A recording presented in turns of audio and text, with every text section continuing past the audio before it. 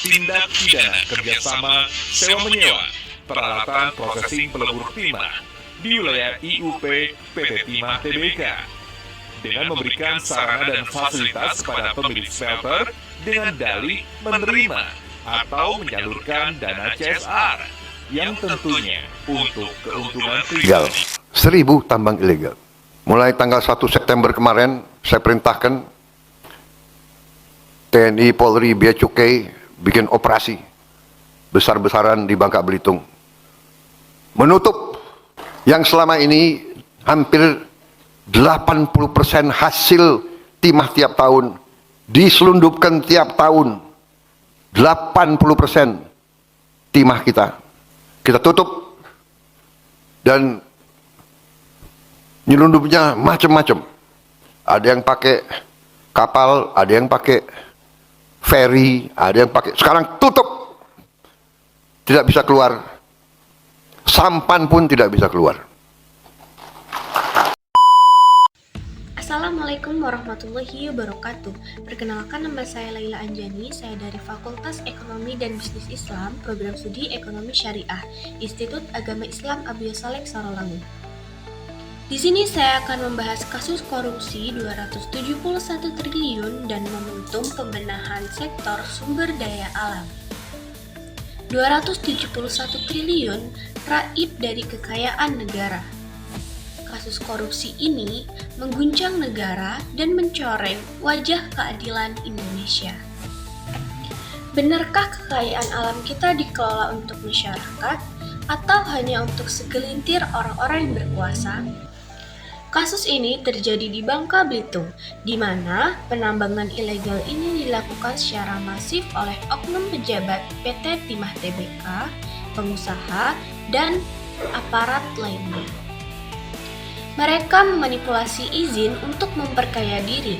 Akibatnya, negara mengalami kerugian sejumlah 271 triliun, kemudian masyarakat kehilangan mata pencaharian, lingkungan rusak, dan hilangnya kepercayaan publik. Kasus ini menunjukkan berbagai persoalan yang serius.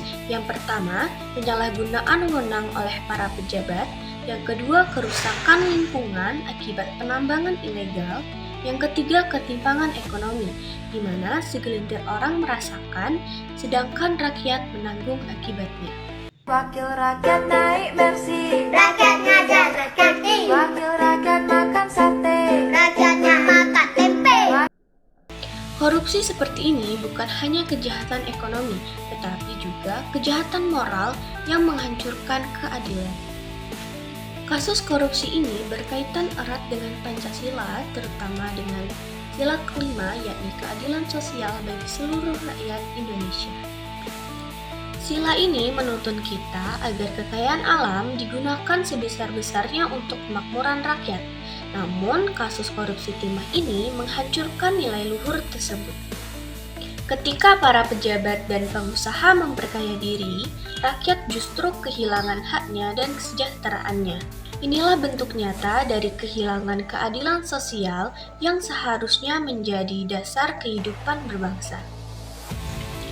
Untuk menegakkan keadilan, kita perlu langkah nyata. Yang pertama adalah penegakan hukum bagi semua pelaku korupsi tanpa pandang bulu.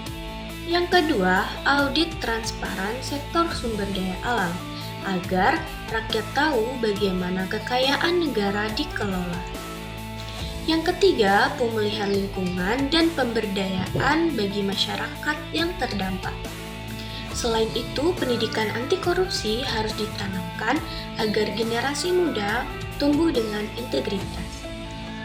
Karena memberantas korupsi bukan hanya tugas aparat, tetapi juga tugas kita semua. Keadilan sosial bagi seluruh rakyat Indonesia bukan hanya sila kelima, tetapi cita-cita luhur bangsa.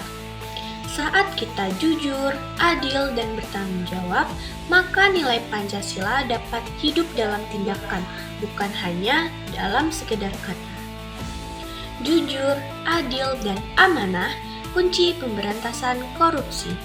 Baik, itu saja yang dapat saya sampaikan. Kurang dan lebihnya saya mohon maaf. Semoga penjelasan ini dapat bermanfaat bagi kita semua. Terima kasih. Wassalamualaikum warahmatullahi wabarakatuh. Ada orang korupsi 271 triliun. Coba lu bayangin, duit segitu lu mau beli apaan? Gua pengen beli akun FF.